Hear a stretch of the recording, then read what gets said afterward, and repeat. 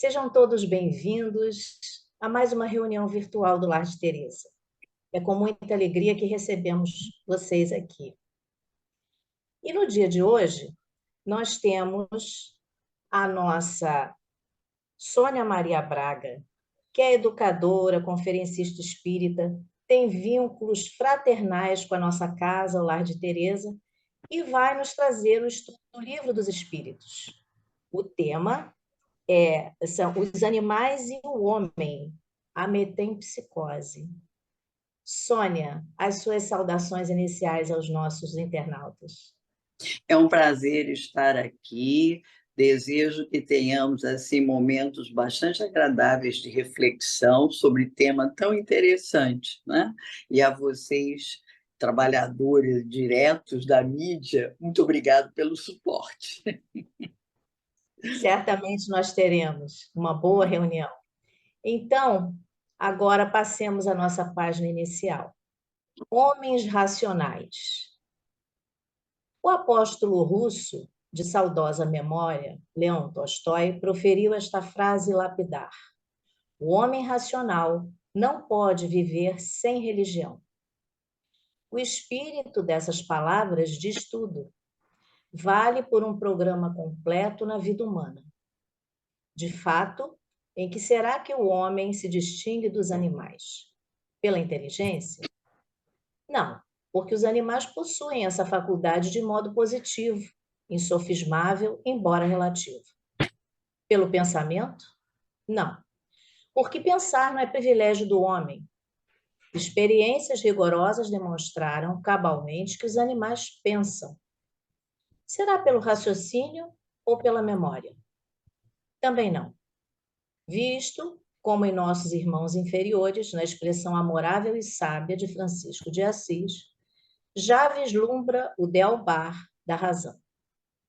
Quanto à memória, está provado a saciedade que os animais a possuem e bem desenvolvida. Será finalmente pela dedicação e cuidados dispensados à prole? Não. Ainda, pois, os seres de toda a escala zoológica cuidam dos filhos, dedicando-se-lhes durante toda a época em que os mesmos necessitam de amparo e proteção. O homem se distingue dos animais pela ideia de justiça e de dever, pelo espírito de solidariedade e de fraternidade, pelo sentimento de altruísmo, de onde derivam a renúncia e o sacrifício pelo bem e pela felicidade de outrem. Finalmente, o homem se distingue dos irracionais na preocupação pelo futuro que o aguarda e no interesse com que indaga da origem de onde provém, pesquisa essa que o conduz a descobrir Deus em seu interior. Em tal, importa a síntese da religião. E como há homens que se não interessam por esses assuntos, conclui-se que há homens irracionais. Daí a exclamação do profeta: o boi conhece seu guia, o jumento conhece seu dono e sua manjedoura. Mas esta gente não conhece o seu Deus. Isaías, capítulo 1, versículo 3, do livro Em Torno do Mestre. É uma página de Vinícius. Então, façamos a nossa prece inicial, agradecendo mais uma vez a Deus por estarmos reunidos em seu nome, pela condução do Mestre Jesus que habita os nossos corações. Que possamos, neste momento, levar aos corações de todos aqueles que nos assistem a sua palavra, Mestre, os seus ensinamentos. Se conosco neste momento, hoje, amanhã e sempre. Que seja com a permissão de Deus, com a tua permissão, Jesus, e com a permissão dos benfeitores da nossa casa, possamos dar por iniciada a reunião virtual desta hora. Graças a Deus, que assim seja. Sônia, a palavra é sua. Muito obrigada. Vamos ao trabalho, né? Nós hoje vamos conversar sobre esse tema tão interessante que está no Livro dos Espíritos, nas perguntas 103 a 613, em que Kardec trata dos três reinos da natureza.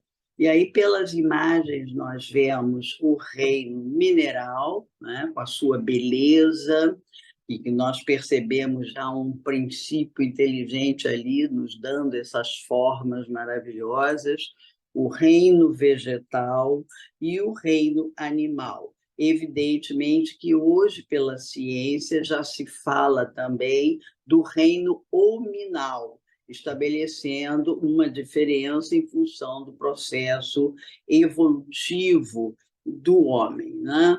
Mas isso são tendências, nós sabemos que a ciência levanta suposições, né?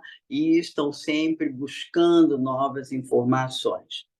Pois, nós passamos para o segundo slide, em que nós vamos tratar justamente desse conceito de evolução. A imagem está mostrando aí o princípio, né, de tudo. Essa gravura traz o reino mineral, vegetal, animal e o luminal já em fases diferentes, e o texto de Leon Denis nos explica. Na planta, a inteligência dormita, quer dizer, ela está adormecida. No animal, ela sonha, já começa a participar. Só no homem, acorda, conhece-se, possui-se e torna-se consciente. A partir daí, o progresso de alguma sorte fatal nas formas inferiores da natureza só se pode realizar pelo acordo da vontade humana com as leis eternas. E é interessante esse trecho em que Leon Denis fala do progresso de alguma sorte fatal. Quer dizer, nenhum dos elementos naturais deixará de passar pelo processo de progredir, né? É fadado a todos o progresso. Muitas das vezes, como ele fala aqui também, essas formas inferiores, né, primárias da natureza, elas até se realizam de acordo com a vontade humana, mas com a vontade das leis eternas, as leis divinas que estão regendo essa lei de progresso, essa lei de evolução. Vamos passar ao segundo slide. Então, a lei de progresso, como diz Leon Denis, não se aplica somente ao homem, ela é universal. Então, todos os elementos existentes, aqueles que nós conhecemos e até aqueles que nós ainda não temos capacidade de conhecer, estão em processo de progresso.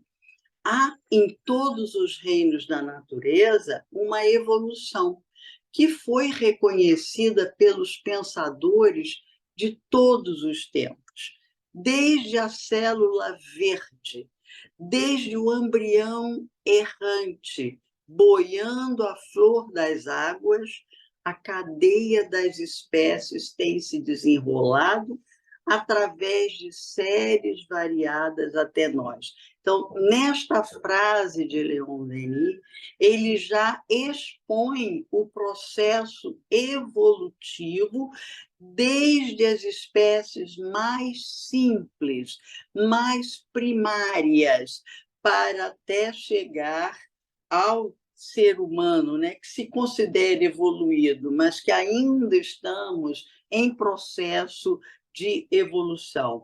Ele está apenas confirmando que a lei do progresso ela é universal, isto é, atinge a todos os elementos.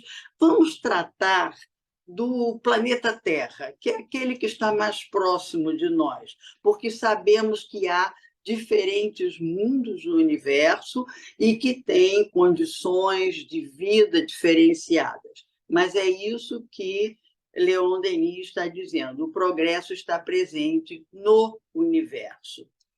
Vamos ao outro slide. Aí essa cena É um livro antigo que fala justamente de evolução, em que a gente procura mostrar o animal, vejam que é circular, né, esse desenvolvimento, e aí é um comentário que vamos fazer, começa lá da ameba. Então, a inteligência da vida animal, ela já está lá, dizendo, retirada do princípio inteligente, da mais simples ameba, pelo seu movimento, pela sua reprodução, demonstra que existe essa inteligência específica da vida animal. Porém, no homem já é uma inteligência da vida moral. Aí está um detalhe muito importante, porque o homem possui aquilo que nós sabemos, responsabilidade dos seus atos, do seu processo de vivência. Então, o homem tem um corpo físico animal. Nosso corpo, nosso organismo é um corpo físico animal, porém nós somos dotados de inteligência. E essa inteligência nos faz sermos responsáveis pelas escolhas que fazemos, pelos atos que praticamos. Por isso que se diz que é inteligência da vida moral. Então, na cadeia evolutiva, o princípio inteligente vai chegar ao estágio espiritual. Há um encadeamento de processo evolutivo através dos diferentes elementos orgânicos que existem, que nós conhecemos, né? Porque nós não temos condição de conhecer tudo, não é dado a nós ainda essa possibilidade, né? Então, vamos ao outro slide, porque aí eu trouxe grandes cientistas naturalistas que procuraram estudar esse processo da evolução. Inclusive, esses 4 que eu coloquei aqui são citados no estudo feito por Gabriel Delany, no seu livro Evolução Anímica. Então, ele faz uma progressão dessas pesquisas, desses estudos. Lamarck, né, que começou esse estudo sobre evolução, Darwin também. Aliás, eu tive a alegria de poder visitar a casa em que Darwin desenvolveu essa teoria da evolução, da seleção natural, e ver os mapas que ele traçou da sua pesquisa na América do Sul e que ele tocou na Amazônia. Então, ele também foi ver a questão geográfica, climática, que influenciava na evolução dos seres, né? Foi Darwin. Temos também o Wallace e, finalmente, Haeckel. São os que são citados por Gabriel Delany no seu livro, como disse, Evolução Anímica, em que mostra que, em alguns momentos, todos predominantemente no século XVIII, estavam muito voltados para essa questão. Como se processou a evolução dos seres mais simples até a chegada do homem na superfície da Terra, e foram considerados inúmeros fatores para que eles apresentassem as suas propostas, né? As suas suposições. Então, vamos ao próximo slide, que falando propriamente de Alfred Wallace. Por que ele é importante? Porque ele trocou muitas cartas com Charles Darwin. Isso foi muito importante, porque eles se fortaleceram nessas pesquisas com essa troca de informações. Inicialmente, até o Wallace foi considerado como se fosse assim, um sucessor, né, do Darwin, mas eles, na verdade, se complementaram. E o Wallace, ele considerou, né, é considerado como um precursor da ecologia e da biogeografia. É interessante porque daqui a uma semana estaremos num encontro de educadores em Farroupilha, em que me deram esse tema, ecologia e biogeografia. Então, vejam como a doutrina espírita ela está tão conectada com a realidade científica, né, da sociedade. E esse trabalho de biogeografia, em que ele vai analisar justamente como os seres vivos de uma determinada região eles se adaptavam e se transformavam para adequarem-se a questões climáticas, geográficas, relevo, umidade, calor. Então, esse estudo dele foi assim bastante amplo e podemos dizer que ele passou lá pela Amazônia fazendo as suas análises, né? Que é um campo muito interessante. Vamos ao próximo. E justamente aqui eu procurei chamar a atenção para esse processo. Tudo na natureza se encadeia por elos que não podeis apreender. É interessante porque em todos os estudos desses evolucionistas, e Darwin principalmente, diz assim, existe um elo perdido. Exatamente, porque não conseguiu encontrar como se conectou esse processo evolutivo saindo do reino animal para o reino hominal.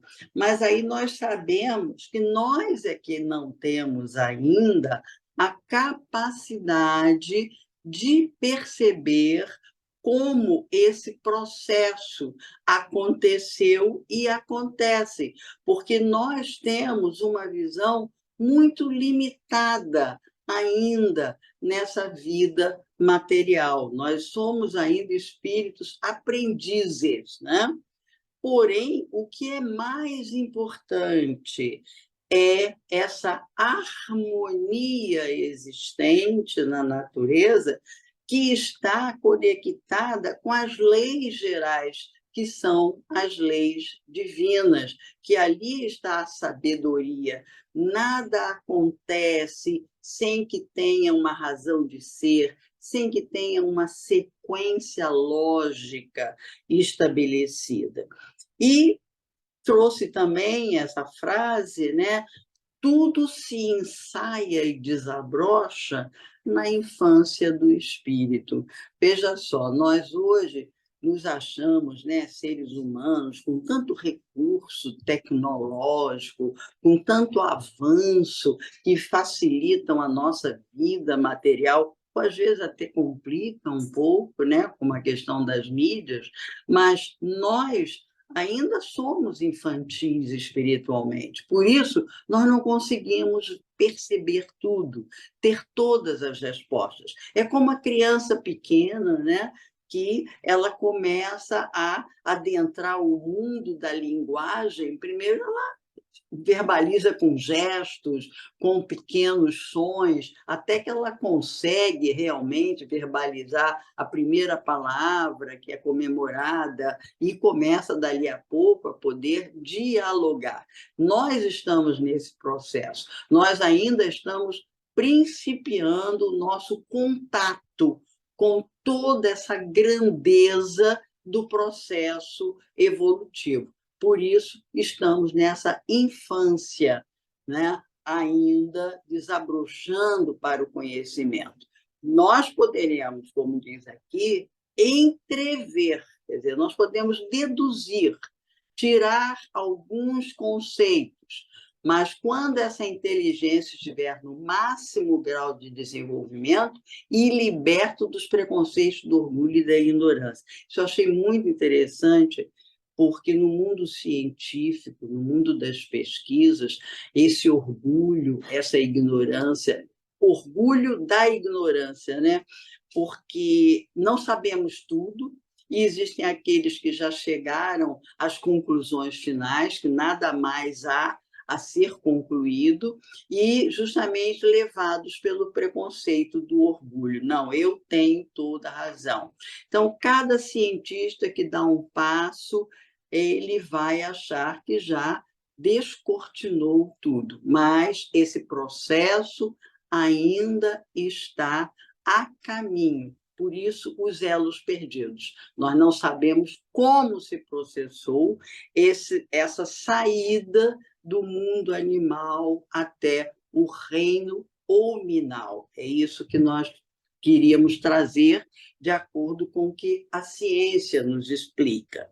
Nós vamos ao próximo slide, e aí entramos nesse tema bastante discutido, que é a metempsicose. Existe uma ideia de que associa-se o processo reencarnatório com a possibilidade de o espírito voltar a ser alma de um animal, o que seria realmente um retrocesso diante da proposta evolutiva da lei divina.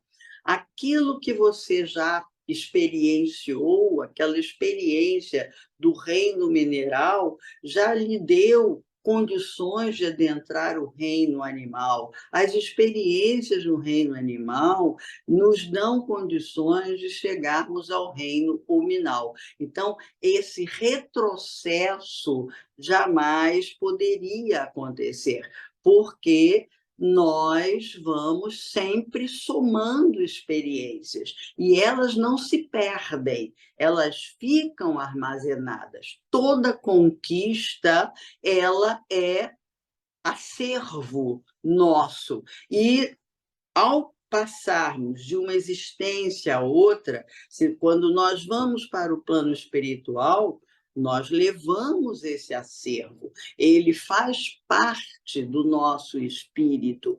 E quando retornamos ao plano físico, numa nova encarnação, embora adormecido, esse acervo se mantém.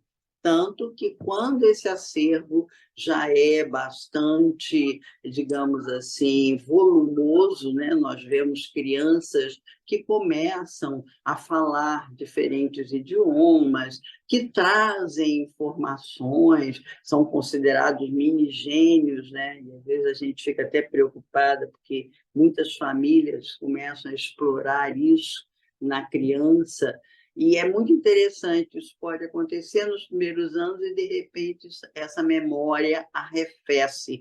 É quando o espírito realmente se adensa ao corpo. Mas as conquistas não se perdem, porque no processo reencarnatório, nós estamos sempre tentando subir um degrau na escalada evolutiva. Isso não deixa que nós enfrentemos a lei de causa e efeito.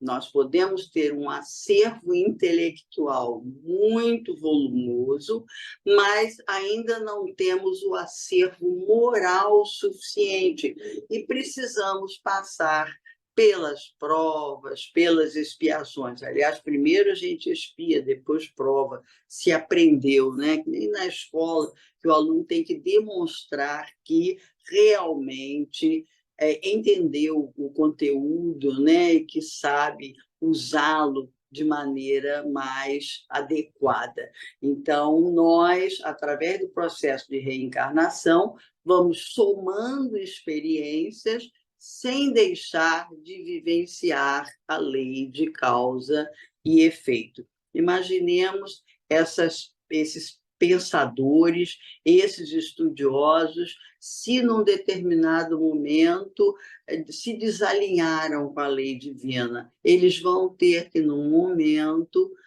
aceitar a prova corretiva, né? Para que voltem ao equilíbrio. Apenas um exemplo para que nós entendamos, né, esse vai e vem da lei divina nas nossas existências materiais. No próximo slide,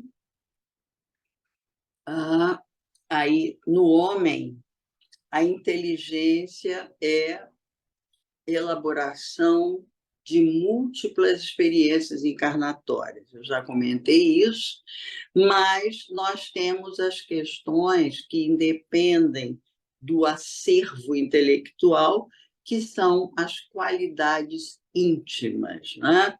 São justamente as nossas conquistas morais que vão também melhorando, se qualificando sucessivamente. E por isso eu trouxe o conceito que Kardec coloca no Livro dos Espíritos, da escala espírita. Nós somos espíritos imperfeitos. Nessa escala, nós estamos aí no primeiro lugar. Pelo menos nessa vez ele está no primeiro lugar. Espíritos imperfeitos. Por quê? Nós estamos aprendendo. Nós estamos ainda precisando enfrentar as mazelas que nós trouxemos de outras experiências. Por isso, nós ainda habitamos um planeta de provas e expiações. Mas o dia que nós conseguirmos superar essas dificuldades e galgarmos um patamar evolutivo maior, nós vamos passar ao nível dos bons espíritos, aqueles que já podem desempenhar tarefas importantes em benefício coletivo, né? Existem vários exemplos na própria doutrina. Vemos aí Kardec, né? Temos Leon Denis, temos homens como Gandhi, que se desprendem da vida material, né? E trazem um benefício muito grande à humanidade. E, finalmente, os espíritos puros, aqueles que já estão até isentos de reencarnações, porque já atingiram não apenas um acervo intelectual, mas um grandioso acervo moral. Então, todos somos criados simples e ignorantes, porém, nenhum de nós deixa de passar pelo processo evolutivo. Todos temos a aptidão, a capacidade de evoluir. E a gradação da alma vai depender das paixões que alimentam. Se são paixões muito rudimentares, vai haver uma demora maior para esse processo da evolução a nível moral. Então, mas há paixões que são positivas. Essa palavra paixão, às vezes, sempre gera a ideia de coisa ruim. Não, há paixões que são positivas. Por exemplo, nós podemos citar o próprio Jesus. Ele era apaixonado pelo ser humano, ele era apaixonado por seu papel, né? São paixões equilibradas que geram benefícios. O que nós temos que ter cuidado é com as paixões que nos acorrentam à materialidade, né? Então, vamos ao outro. Isso. Eu trouxe essa imagem do homem vitruviano que Leonardo da Vinci desenhou, que era um ideal de beleza na era clássica e de harmonia, é baseado justamente nessa obra de Marcos Vitruvius Polio. Da Vinci tentou desenhar o equilíbrio das medidas físicas do homem, a distância entre os braços, as pernas, o movimento do tronco. Mas é interessante, por que eu trouxe essa imagem do homem vitruviano? Porque aqui houve uma preocupação com a beleza e harmonia física que o homem pode atingir, né? Hoje em dia, então, com tanto trabalho de não tem que malhar, tem que fazer aquilo outro para manter o corpo são, mas a mente também tem que ser sã. Então, esse exemplo é já uma ideia da importância do corpo. Mas aí nós temos que lembrar que não é apenas o corpo físico, ele é um instrumento do nosso trabalho.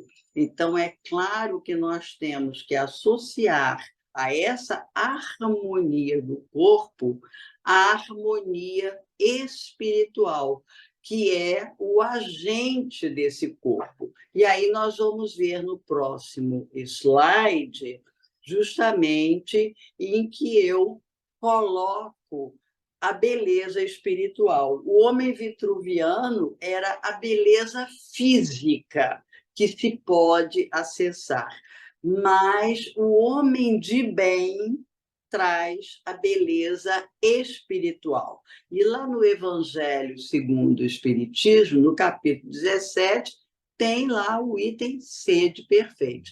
E aí nós elencamos as qualidades desse homem de bem para que comecemos a pensar no trabalho do nosso embelezamento espiritual. Então, começa pela bondade, saber se relacionar respeitosamente, né? Ser bondoso na maneira de falar, na maneira de agir, até no olhar.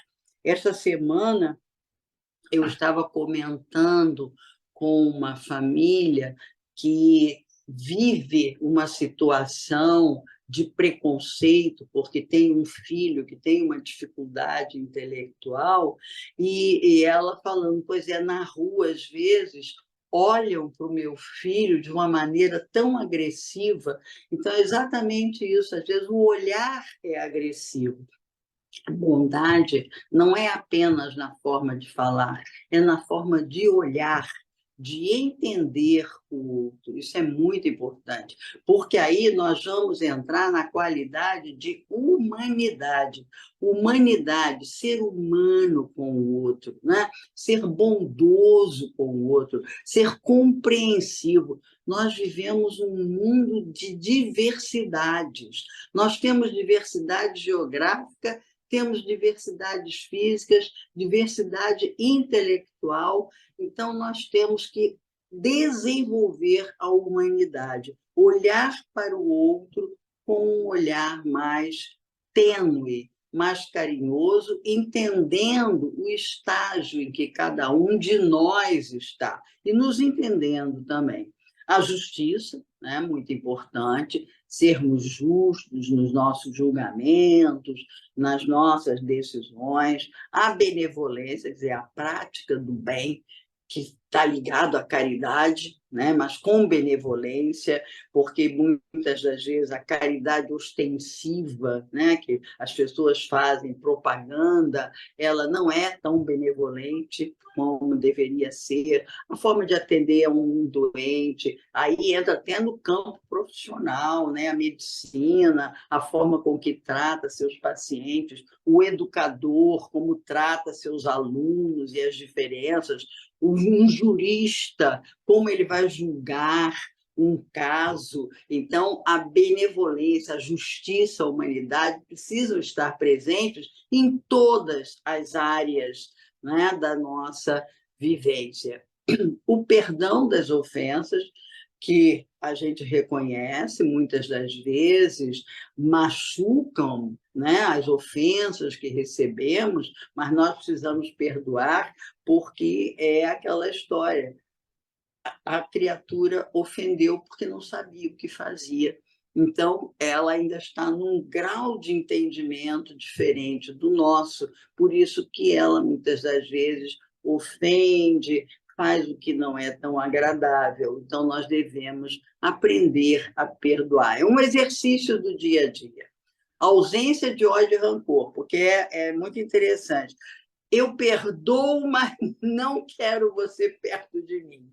E isso é muito perigoso, porque aí o ódio continua, afasta o indivíduo. Quer dizer, não é o verdadeiro perdão, né? O verdadeiro perdão é aquilo, é abraçar de novo, é realmente perdoar, né? Como Jesus nos perdoa e perdoou, como Deus nos perdoa, dando novas oportunidades, né? E ter fé no futuro. Porque, por mais difícil que seja o momento atual que estejamos atravessando, o homem de bem, ele sabe que um dia vai ser melhor, né?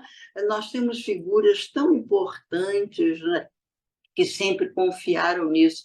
Eu estou estudando os personagens para falar sobre personagens pela paz, né? E eu gosto muito da figura de Gandhi, né? Porque Gandhi ele deu um exemplo de humildade, de benevolência, de caridade, e não foi fácil para ele, né? Como ele e tantos outros, né? Que não tiveram ódio. E é muito interessante a frase de Gandhi: eu não preciso perdoar porque eu não tenho inimigos. Eu achei essa frase muito interessante. Não preciso perdoar porque não tenho inimigos. Então, é se sentir isento de ódio. É isso que é muito importante. Ódio e rancor nos adoecem. Quando nós mantemos esse sentimento negativo, nós vamos gerar um reflexo ruim também no nosso organismo físico, né? Então, temos que ter cuidado para nos mantermos saudáveis. Termos fé no futuro, porque se hoje o momento está difícil e se nós tivermos calma, discernimento, nós vamos vencer esse momento difícil e o amanhã poderá ser melhor. E a fé no futuro espiritual, não é só no futuro material. Por isso, devemos investir bem no presente, nessa nossa encarnação, se quisermos ter um futuro espiritual melhor. Termos consciência dos nossos atos, não agirmos impulsivamente, porque o impulso negativo pode nos atrapalhar. Então, uma tomada de consciência de como eu sou, como eu estou, como eu devo agir, como eu agi, essa tomada de consciência de cada ato nosso é muito importante. O homem de bem faz isso. Respeita os direitos de seus semelhantes. Nossa, isso é tão importante na sociedade, porque normalmente, e hoje nós estamos vivendo uma sociedade tão ansiosa, tão agitada, todo mundo quer ser o primeiro, ninguém quer esperar, fica impaciente por qualquer coisa, então, e fala alto porque quer ser ouvido mais do que o outro. Aqui, por exemplo, eu estava vivendo isso, uma moça de um andar baixo, ouvindo um rádio, uma história horrorosa, altíssimo, que eu, do quinto andar, ouvi o que ela estava ouvindo no primeiro andar. É isso. Essa questão de não ter consciência do seu ato. Se eu quero ouvir esse assunto, essa notícia, tudo bem, mas não obrigue ninguém a ouvir. Então, é preciso que nós tenhamos consciência do que fazemos, porque tudo que fazemos gera um reflexo no nosso entorno, e não apenas espiritualmente, mas também materialmente falando. Então, respeitar os direitos do semelhante é muito importante. E não abusa dos bens materiais. E aí começa com a própria saúde física, porque há pessoas que são saudáveis, mas abusam muito e desperdiçam a sua saúde. É como se fosse o pavio de uma vela, que quando você pega a vela, o pavio está íntegro.